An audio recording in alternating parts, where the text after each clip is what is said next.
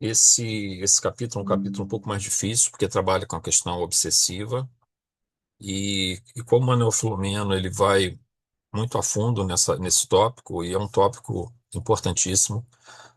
Nós temos observado, por exemplo, que inúmeros casos de depressão que têm chego para tratamento na nossa casa, e acredito que isso esteja acontecendo nas outras casas espíritas também, é, a maioria tem envolvimento obsessivo, a maioria.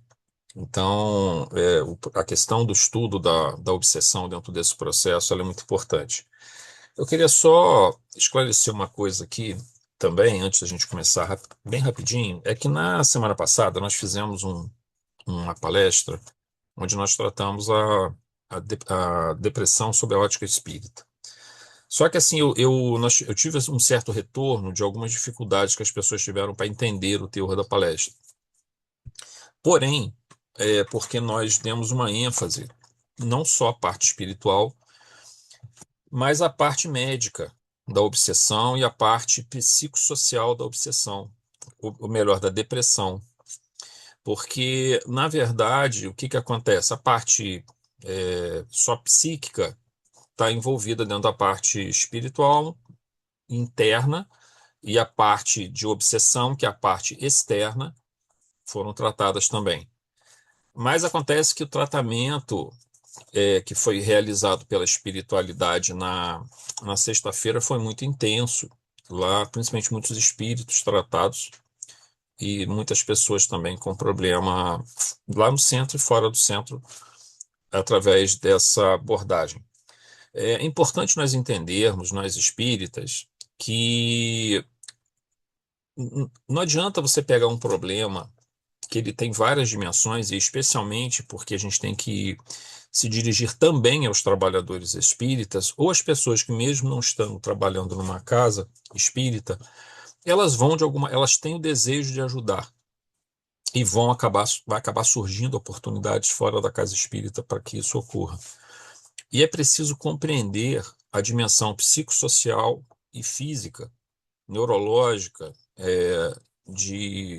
do comportamento de várias substâncias no cérebro que geram a depressão, para que esse problema, que é multifatorial, possa ter também o tratamento, que ele tem que ser um tratamento, vamos dizer assim, abrangente também. Ele não adianta só aplicar o passo, não adianta só fazer a desobsessão, eu preciso trabalhar todos os aspectos.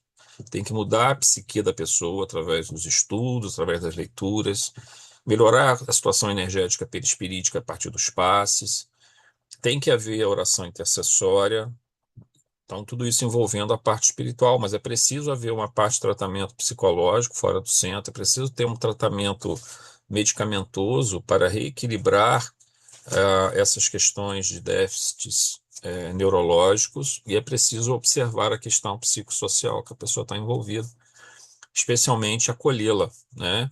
O acolhimento é uma forma também de melhorar a condição psicossocial. Então, quando a gente aborda sobre esse aspecto, é porque não adianta tentar abordar um problema da depressão só sob uma visão específica de obsessão ou de um problema que a pessoa traz de uma vida passada. Isso é claro que é um componente importantíssimo, mas é por isso que foi feito um pouco diferente. Mas eu posso assegurar a vocês que mesmo com algumas dificuldades, talvez, de se entender, né, o teor, que foi um pouquinho técnico às vezes, mas o tratamento espiritual foi muito intenso, tá? A quantidade de espíritos tratados e de encarnados tratados foi muito grande. Muito bem. Então, nós vamos começar a leitura a partir dessa parte aqui. Como sabemos, nem todo espírito vingador conhece as técnicas. Quem que poderia, aqui dando continuidade, gente, nessa questão que é a ação da obsessão sobre o corpo físico, né? Então, que Manuel Filomeno também chama de uma obsessão fisiológica, tá? Quem que poderia ler para a gente, por favor?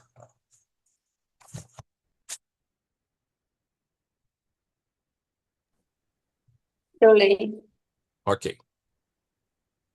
Como sabemos, nem todo espírito vingador conhece as técnicas de perseguição, mantendo-se imantado ao seu antigo desafeto em face da lei de afinidade vibratória, isto é, graças à semelhança de sentimentos e de moralidade, o que faculta a plena interação de um com o outro e intercâmbio de emoções de um no outro. Como as cargas mentais e emocionais transmitidas, mesmo que as desconhecendo, são constituídas de campos de ressentimento e de vingança. Essa contínua onda vibratória nociva é assimilada pelo ser energético, que passa a mesclá-la com as suas próprias, gerando desconforto e disfunção de equipamentos. Peraí, gente, meu lugar,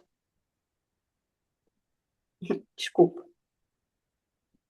Mesclada com suas próprias, gerando desconforto e disfunção nos equipamentos que sustentam, iniciando a desconexão do fluxo de energia emitida pelo espírito encarnado, em face da intromissão daquelas morbosas. As defesas imunológicas diminuem, abrindo campo para a instalação de invasores microbianos degenerativos. As doenças aparecerão logo depois. Toda terapia antibacteriana, portanto, que objetive apenas os efeitos dessa ocorrência, irá combater somente os invasores microbianos, não reequilibrando o campo organizador biológico, cuja sede é o perispírito, que se encontra afetado pelo agente espiritual desencarnado.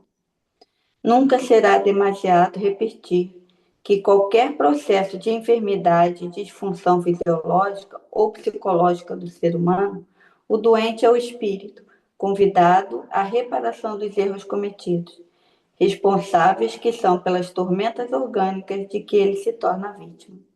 Você me avisa quando tem que parar, tá? Por Tá favor. legal, eu te aviso. Ele calou-se por um pouco e eu considerei. Embora não me fosse desconhecida a ocorrência, esse tipo de obsessão fisiológica, não poderia imaginar que apresentasse uma estatística tão expressiva conforme o amigo me relata. O irmão Miranda sabe que os elementos constitutivos do perispírito são de energia muito específica, ainda não havendo sido classificada pelos estudiosos da física quântica. Pensam muito especialistas de nosso plano que ele seria constituído por átomos muito sutis, ionizados ou por partículas semelhantes aos neutrinos, ainda mais tênues e velozes do que aqueles que foram detectados nos formidandos laboratórios terrestres. Nada obstante, prefiro pessoalmente a definição do preclaro codificador quando se refere a um envoltório semimaterial. Portanto, em termos muito simples, resultado de uma energia semimaterial de um campo específico. A sua irradiação contínua impregna a organização física dos seus conteúdos, que são resultantes dos atos que procedem do ser pensante, o espírito imortal. Essa maravilhosa estrutura energética pode ser penetrada por outras, dependendo dos valores morais do ser espiritual que a acolhe, de acordo com a afinidade de constituição.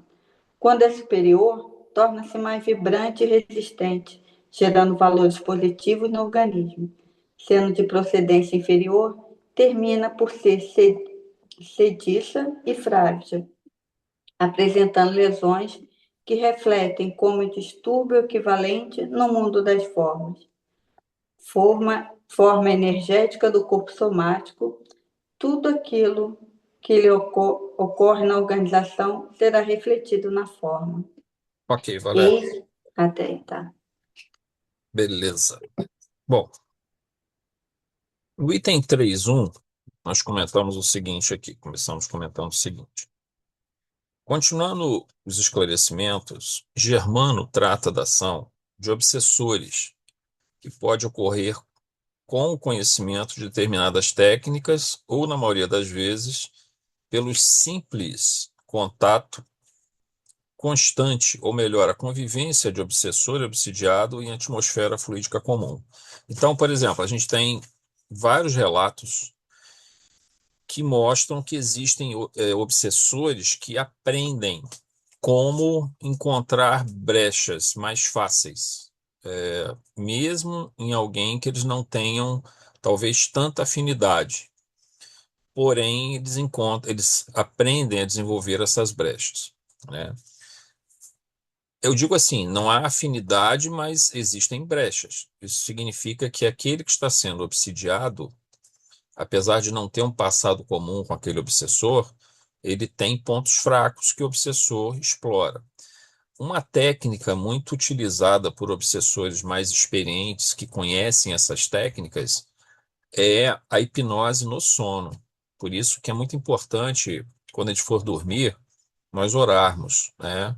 Temos esse cuidado com a oração, com a leitura edificante, preparando da mesma forma que a gente, eu, por exemplo, eu gosto de fazer muita leitura antes de, quando eu acordo, né? Faço a leitura para depois fazer a oração. Então a gente faz uma pequena leitura edificante e depois para ir já preparar a nossa mente para fazer uma boa oração, né? E na hora de dormir, sempre que eu posso também, eu tento, antes da oração, fazer a leitura. Eu já tento fazer mesmo para me ajudar a dormir, porque aí facilita meu sono quando eu leio, né? Então, a gente já faz a leitura antes, sempre que eu posso. Então, a ideia é que a gente, quando vá dormir, a gente já vá mais ou menos assim preparado, com a mente mais ou menos condicionada em pensamentos elevados. Se nós estivermos com a nossa mente em turbilhão, é, descompensada, com pensamentos negativos, se tivermos na mira, digamos assim, de um obsessor desses, ele vai encontrar brechas e vai conseguir, por hipnose, nos induzir certos estados que às vezes nem vão se manifestar na hora que a gente acorda, mas se manifestam durante o dia. Porque dentro do processo hipnótico você pode colocar determinados conteúdos que só manifestam depois de um certo tempo. Isso a gente sabe porque na hipnose de indivíduos, de encarnados, você consegue fazer isso. Você consegue botar um comando no subconsciente da pessoa que está hipnotizada, que é para daqui a 6 horas ela fazer isso assim assado. E ela vai fazer aquilo, não sabe por que está fazendo, entendeu? Então, uma das técnicas da hipnose uma das técnicas dos obsessores mais experientes é utilizar a hipnose. É uma delas, mas tem várias dessas técnicas. Mas o mais comum são aqueles espíritos que têm uma afinidade conosco, estabeleceram um processo de afinidade, há um passado em comum, alguma coisa do tipo. Ou então nessa vida mesmo, né? Nós começamos a estabelecer um padrão de pensamento que criou com eles uma afinidade. E criado essa afinidade, eles começam a transferir para o nosso próprio perispírito o seu desequilíbrio. Então, nós que já temos nossos próprios problemas, nossas próprias dificuldades, acabamos então trazendo um outro problema, que é a presença do obsessor. Então, voltando, por exemplo, à questão da depressão, que a gente comentou no início, quando a gente fala de um fator espiritual na depressão, que seria a presença de um obsessor, ele vai potencializar, às vezes ele pode desencadear, mas muitas vezes ele vai potencializar aquela depressão inicial que já está tendo no indivíduo, né? Então ele consegue piorar a situação do outro. Na verdade, os dois se prejudicam, né? Porque os dois aumentam para um e para outro a quantidade, o somatório daqueles pensamentos negativos, de culpa, de tristeza, de falta de vontade de fazer as coisas, ele se torna maior para os dois. Então, potencializa esse processo, tá? Os fluidos deletérios do obsessor irão agir sobre o perispírito, mais comum nesses casos, ou diretamente sobre determinado órgão ou conjunto de células. Agindo sobre o perispírito, o desorganiza, e as funções celulares é que se mantêm ligadas. É comum observarmos alterações no sistema imunológico, pois este, sob influência de várias áreas do corpo, bem como interage com diversos sistemas de regulação, porque o nosso sistema imunológico está presente no corpo todo. Então, ele influencia várias áreas, ele está conectado e sofre influência de várias áreas. Então, por exemplo, uma doença autoimune. Uma doença autoimune, muitas das vezes, digamos assim, vamos chamar que é uma desregulagem da psique e do espírito que se transfere para o corpo físico, então o espírito, o corpo físico passa a atacar ele mesmo, né? Vamos dizer uma febre reumática, por exemplo, seria um exemplo desse tipo, né? Um lúpus é um exemplo desse, que o próprio corpo ataca ele mesmo.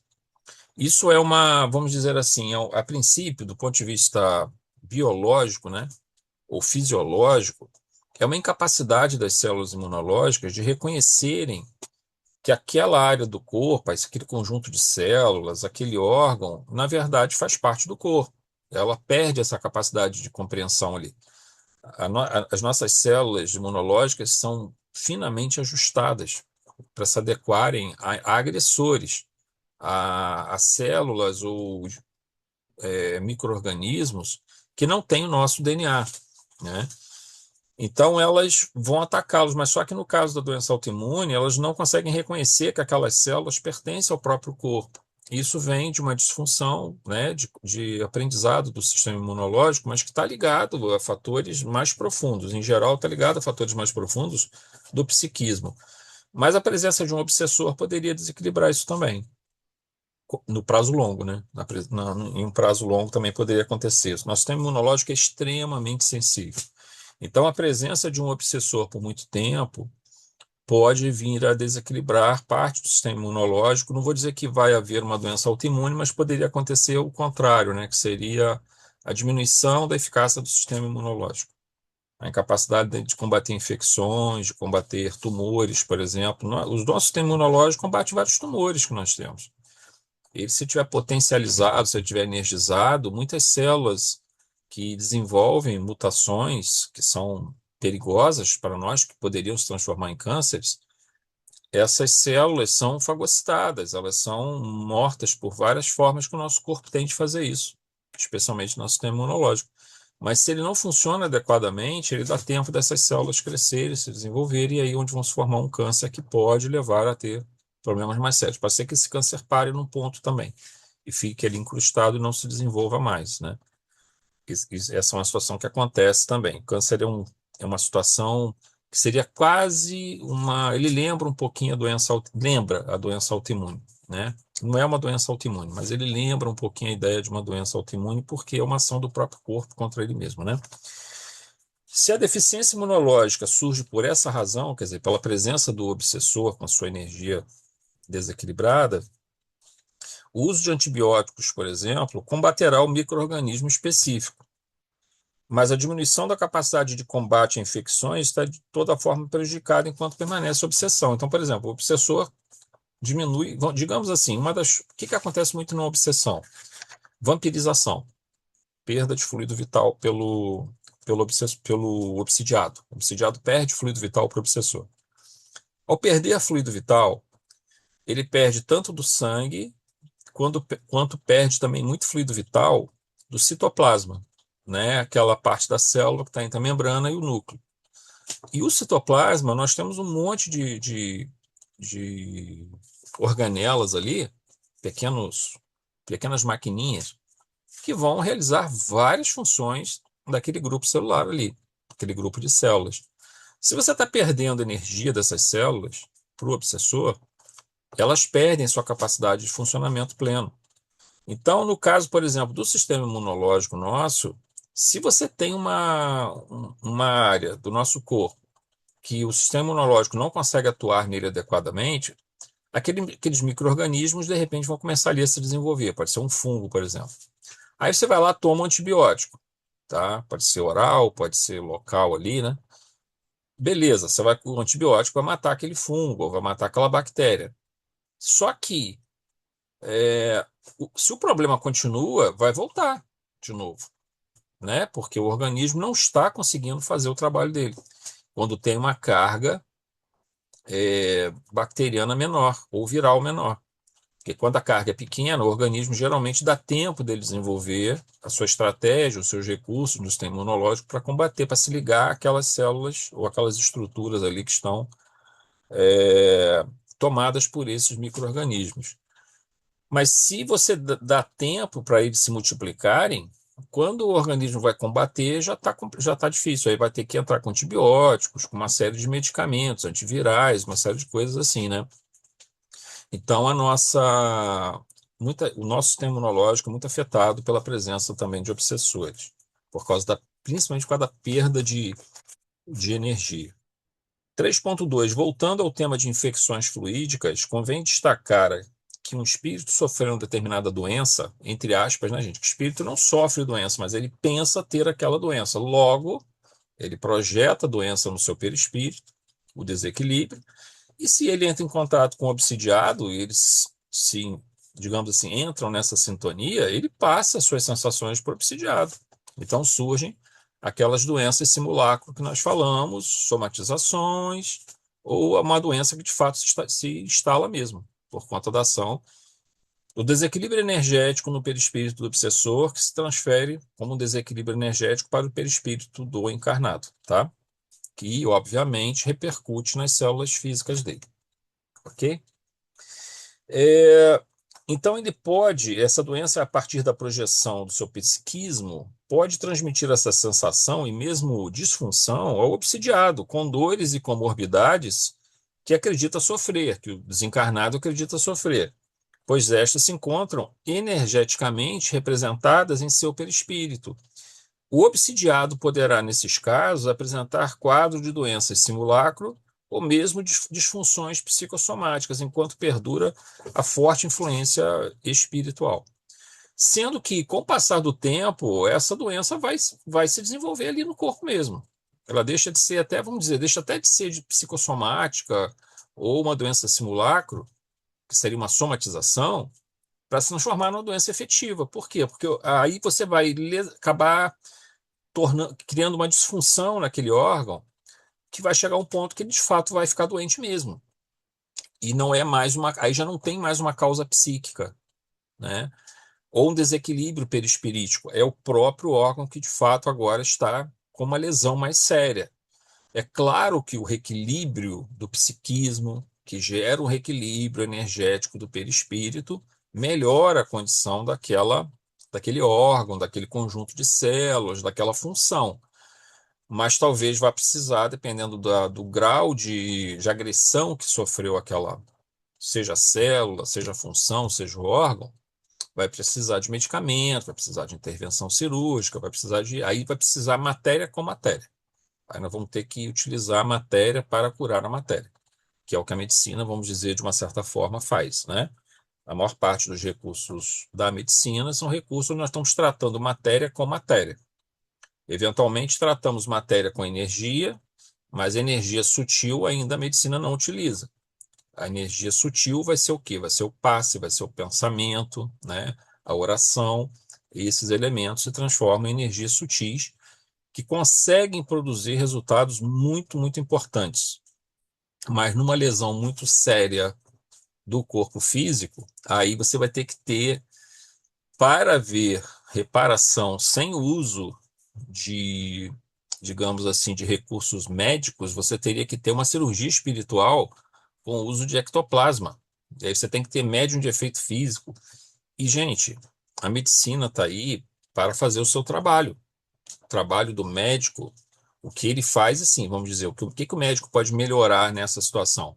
Aumentar a sua conexão com o plano espiritual, né? Com o seu mentor, com o seu guia espiritual, para que os seus diagnósticos, o seu tratamento seja mais efetivo, junto com tudo aquilo que ele aprendeu na faculdade, na sua prática, ele ainda tem esse algo mais, que é a intuição, que vai guiá-lo aonde o conhecimento já não consegue alcançar, que isso vai acontecer sempre. Você vai pegar pessoas, indivíduos, você vai olhar para ele, vai achar que ele tem uma coisa, a tua intuição, pelo livro, pelo que você aprendeu, e a tua intuição vai dizer que ele tem outra. E você vai ter que tentar aprender a confiar na tua intuição. E essa intuição, muitas das vezes, é exatamente esse guia espiritual te ajuda, um médico, geralmente um médico desencarnado te ajudando dentro desse processo, né? Só que assim, então, nesse ponto, nós não temos que ficar transferindo doenças do corpo físico para um tratamento de cirurgia espiritual, a não ser quando os recursos da medicina já estão esgotados.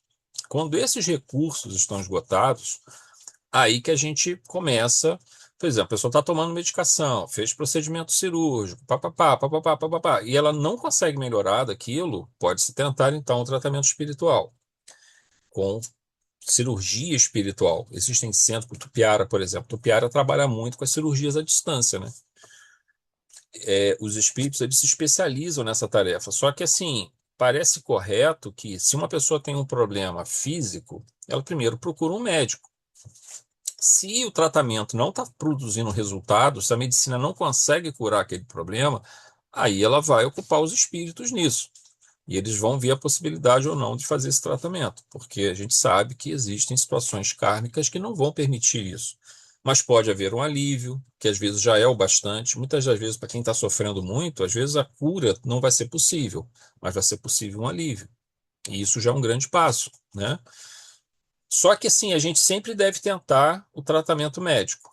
Não está produzindo resultados, não está conseguindo, porque às vezes a medicina ainda não consegue. O nosso corpo é complexo demais, a complexidade de algumas doenças envolve tantos fatores que a medicina ainda não consegue ter recursos para fazer esse tratamento.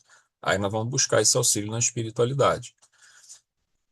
Então, assim, a gente tem que tomar esse cuidado só, porque senão as pessoas vão começar a buscar sempre esse tratamento espiritual, quando na verdade existe um recurso médico que pode resolver aquele problema. Eu estou só falando isso porque senão a gente deve deixar os tratamentos espirituais para aquelas situações mais complexas que precisa haver um tratamento conjunto, médico e espiritual. A gente vê muito isso, né? A depressão é um caso típico. Você tem o tratamento médico, mas não vamos esperar que comprimidos vão resolver um problema que está radicado em situações muito mais profundas do psiquismo do indivíduo. Então, vai ter que ter um auxílio espiritual também dentro desse processo. Algumas doenças do corpo físico, elas envolvem desequilíbrios que estão acontecendo no perispírito, então precisa ter passes também. Então, junto ao tratamento médico, se junta o tratamento espiritual. Então, assim, eu só estou me referindo porque a gente precisa deixar também que os espíritos se ocupem dos casos mais graves e mais onde os recursos médicos não estão sendo suficientes, né? A gente deve também tomar esse cuidado. E aí as energias, os esforços, o tempo se voltam para os problemas que precisam ter esse duplo trabalho, tanto da medicina humana, medicina terrestre, quanto da medicina espiritual, né? Agora, uma coisa é certa, toda oração por alguém que sofre, seja qual for a situação dela, vai ter resposta, vai ter resultado. Mas há um limite nisso. Eu queria chamar a atenção de uma coisa. Por exemplo, hoje nós pedimos por um rapaz que teve um AVC isquêmico e teve uma paralisia de metade do corpo. Esse é um típico caso em que, junto com a fisioterapia, o trabalho espiritual, ele vai produzir um resultado muito bom. Por quê? Porque a lesão que teve na região do cérebro, ele precisa agora construir novas vias sinápticas.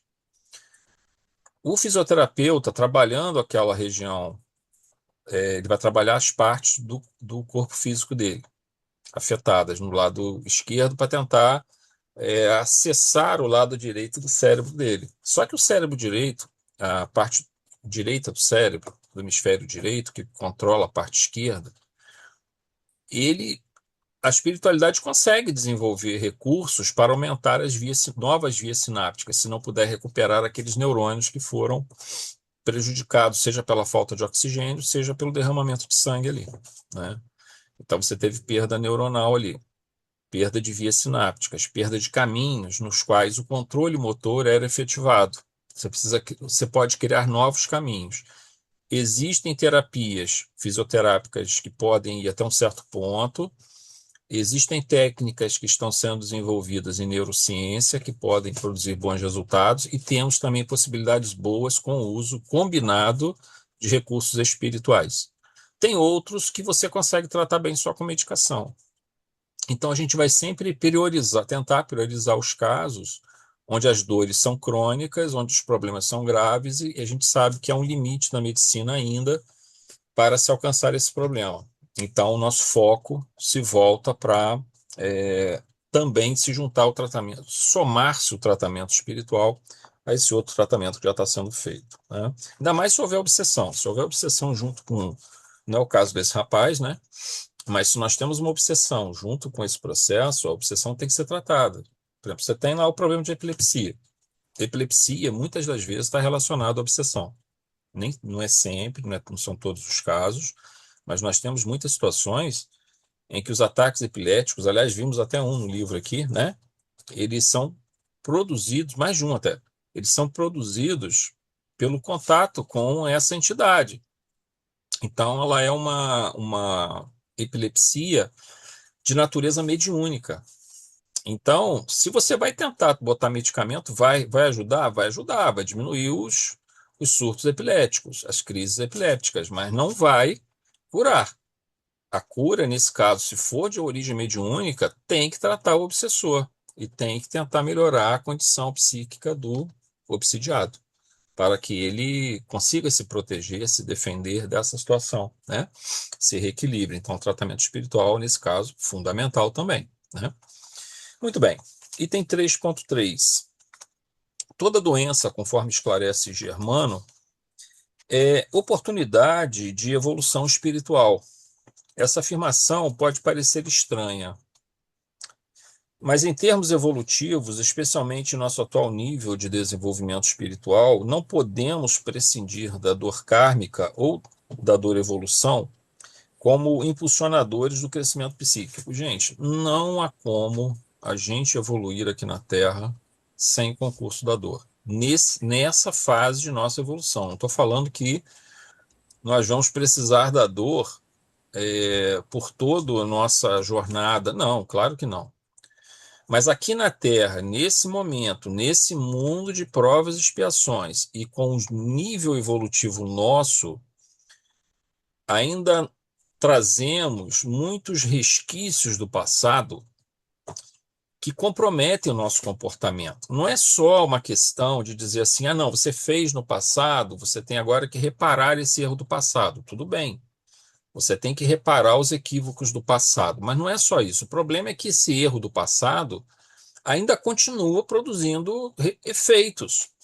Ou melhor, ele continua ainda atuando dentro do nosso psiquismo como uma fonte de novos problemas, de novas decisões equivocadas. Enquanto aquilo não for plenamente curado, enquanto o indivíduo não obter o pleno entendimento do que nós estamos fazendo aqui na Terra, enquanto nós não conseguirmos fazer isso, o que Deus deseja de mim, o que Deus espera de mim, enquanto nós não conseguirmos fazer essas perguntas e tentar começar a encontrar essas respostas e dar os passos nesse sentido, a dor vai ser necessária, não tem como, porque senão nós vamos nos acomodar, nós vamos começar a enveredar pelo caminho mais fácil, do menor esforço, nós não vamos estudar, nós não vamos nos desenvolver, ou seja, imensos valores vão ficar, digamos assim, atrofiados, e nós vamos ficar encarnando aqui realizando aquilo que os budistas chamam do samsara, que é essas reencarnações repetitivas, onde a gente não consegue fazer uma espiral ascendente. A gente fica no mesmo nível, né? Andando em círculos no mesmo nível. As nossas reencarnações, elas são meio circulares mesmo, mas só que elas devem ser circulares numa espiral ascendente, quer dizer, eu passo pela mesma experiência, mas com um novo nível de entendimento. Então, eu reajo de uma forma diferente àquela experiência. Por exemplo, eu tenho uma família. Se eu sou pouco evoluído, eu passo pela experiência da família, digamos, de ser pai, por exemplo. Se eu sou pouco evoluído, eu vou dar pouco valor à minha condição de pai, de esposo e de pai. Se eu tiver já numa outra encarnação, numa condição um pouco melhor, eu passo de novo pela experiência da paternidade, do matrimônio, já de uma forma mais evoluída. Se eu tiver mais acima, eu já vou sublimar essa condição de pai e de esposo. Então, eu repito a experiência, então é circular, porém é circular ascendente. Então, ela é uma espiral ascendente. porque nós estamos experimentando as mesmas experiências ou próximas, porém reagindo de maneira totalmente diferente. A desencarnação. Se eu sou pouco evoluído, a desencarnação para mim vai ser um sofrimento. Se eu sou mais evoluído, a desencarnação não representa sofrimento. Ou seja, a gente repete experiências, porém com novas maneiras de reagir a isso, com novos comportamentos, né? E um dos elementos que produz mais transformação é a dor. Vocês querem ver um exemplo? Eu tenho visto muitas pessoas que nos pedem ajuda e que passam pela dor. Alguns casos me marcaram muito com uma imensa fé. Não perdem a sua fé. E isso, vejam, a dor está estimulando a própria fé, a própria confiança. Então, a dor está sendo um mestre, um professor, um pedagogo dentro desse processo. Quer dizer, ela não é algo indesejável, ela é algo desejável, porque ela está fortalecendo a confiança da pessoa de que as coisas vão melhorar, ou seja, está desenvolvendo a esperança. A pessoa não perde a sua gratidão, a pessoa não perde a sua fé. Então, vejam, é muito fácil a gente ser bonzinho quando tudo corre bem. O difícil é nós mantermos os nossos valores quando as situações são difíceis, dolorosas. Nós demonstrarmos os nossos valores diante dessas adversidades, dessas dificuldades, é difícil. Mas são essas adversidades que nos provam, que nos colocam para sermos mais fortes. Então, nós ainda precisamos. No futuro, nós não vamos precisar mais disso, nós vamos evoluir de outra forma, porque nós vamos estar numa. Para a gente fazer o bem, será prazeroso fazer o bem. Será prazeroso seguir a lei de Deus. Nesse momento, nós ainda ficamos buscando outras formas de compensação, outras formas de prazer, outras formas de sensações. E a dor nos tira dessa ilusão, além de nos ajudar a corrigir esses elementos do passado, que precisam ser corrigidos, né? Então, não tem como nós prescindirmos da dor, seja ela kármica, seja dor evolução. A diferença é que a dor kármica tem uma causa tem uma causa no passado bem definida.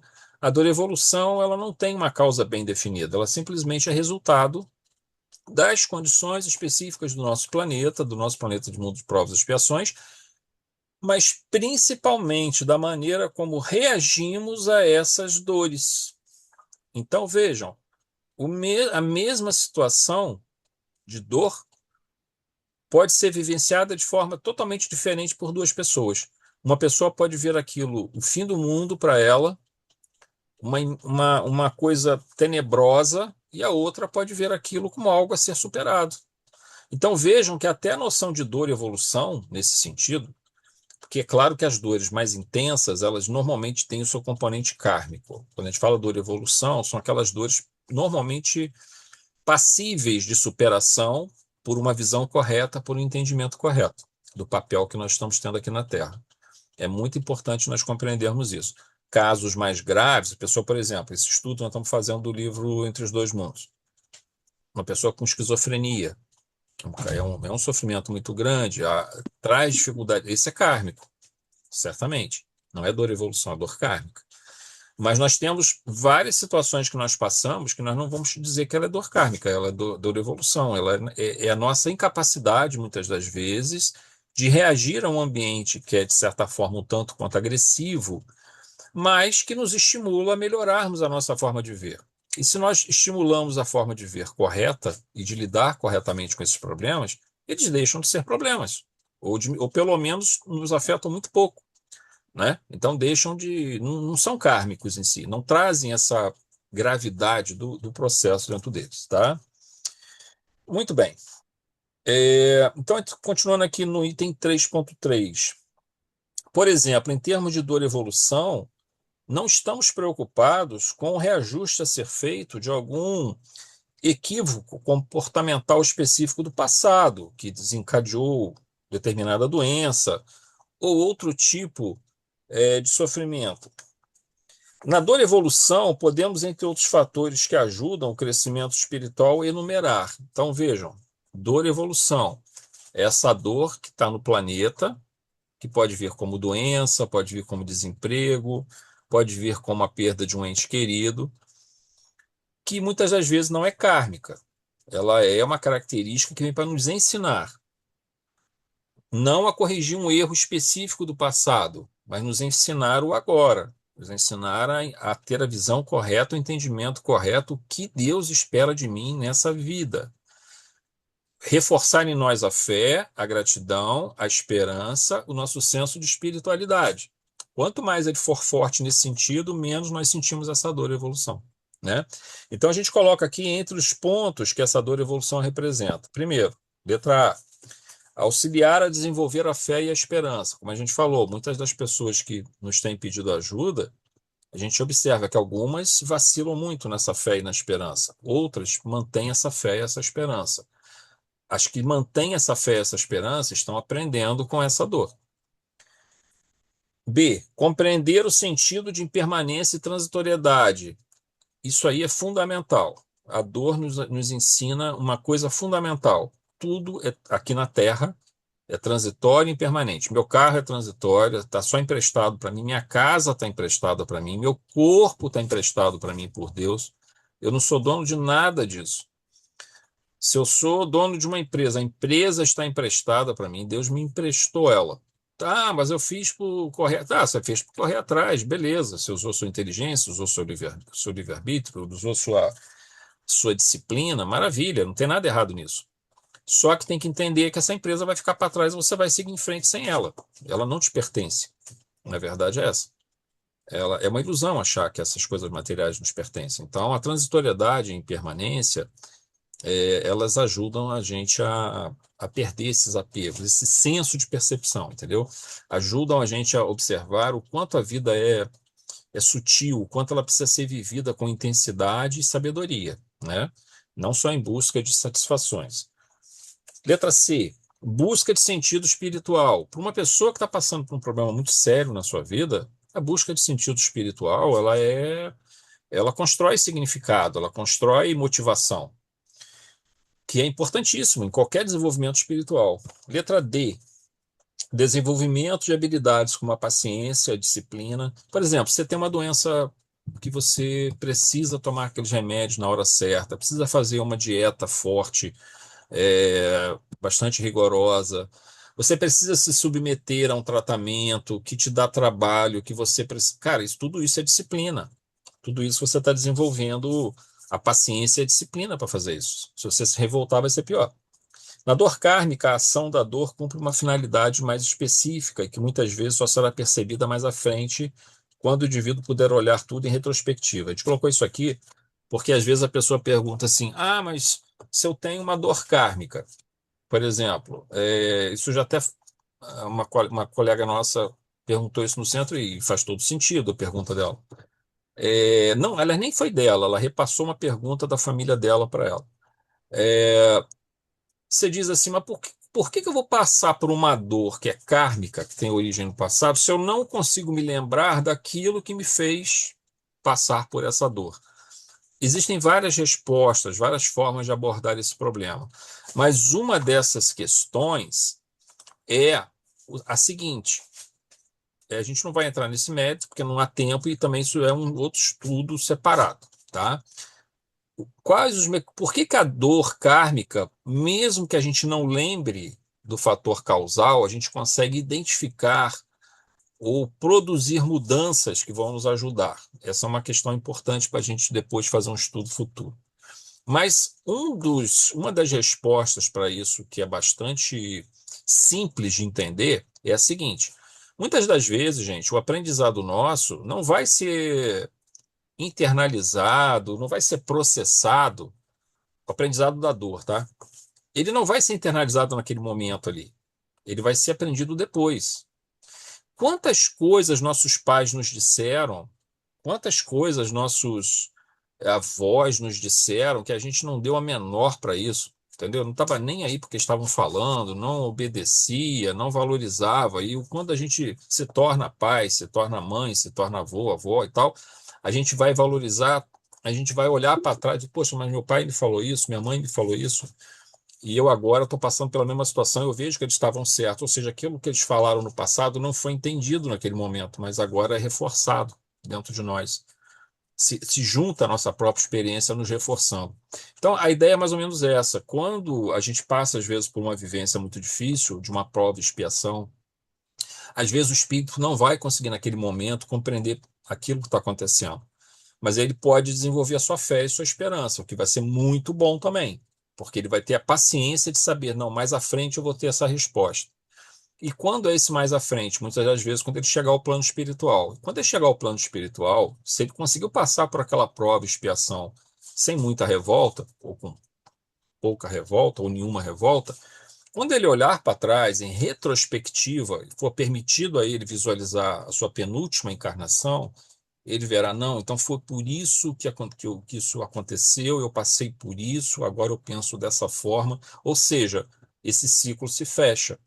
Então, o aprendizado nem sempre ele é para aquele momento. O aprendizado ele está se fixando na sua memória, no seu comportamento, para depois ele ser compreendido. Muito do que acontece com a gente é assim. Muita leitura que a gente faz, a gente não percebe muito isso. Mas muitas das leituras que nós fazemos, nós não compreendemos a profundidade delas naquela hora. Nós só vamos entender depois quando a gente lê uma outra obra que a gente vai linkar aquilo. Então, se nós formos atentos nesse processo, nós vamos linkar um aprendizado de uma obra com uma coisa que nós vamos ver lá na frente.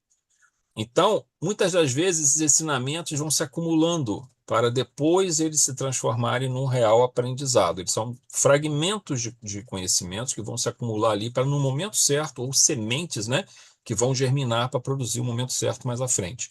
Então, um dos mecanismos importantes é esse, essa visão retrospectiva do espírito, que olha a sua última encarnação. Bom, eu passei por isso, isso, isso, isso. Agora eu entendo, porque lá naquela outra vida eu fiz isso, isso, isso. Ele consegue compreender, ele diminui a sua revolta, caso ele tenha, ele diminui a sua incapacidade de perceber o porquê que ele sofreu daquela forma, se bem que no fundo ele tinha essa intuição, mas ficará claro para ele. Então é bom de entender isso. Nem sempre o aprendizado é para o momento. O aprendizado, muitas das vezes, é uma projeção para acontecer no futuro quando nós estivermos mais maduros para compreendê-lo. Aquilo não se perdeu, aquela experiência ficou guardada e ela vai ser utilizada depois. Então, nós chamamos de um aprendizado em retrospectiva. É uma semente que está sendo colocada para produzir os seus frutos depois. Mas esse é apenas um elemento desse tipo de aprendizado de dor kármica. Existem outros fatores que vão produzindo mudanças importantes, mesmo que o indivíduo não se lembre dos fatores causais da vida anterior. Tá bom, gente? Bom, nós vamos então encerrar por aqui, né? E a gente termina semana que vem o capítulo 15. Ele não é muito grande, eu acho que de repente até dá para a gente já começar o 16 também, tá? Vamos ver se dá, acabar de dar para a gente fazer isso. Eu vou então pausar aqui, gente, para nós fazermos a nossa oração, tá bom? Deixa eu só pausar, não vou parar aqui. Isso.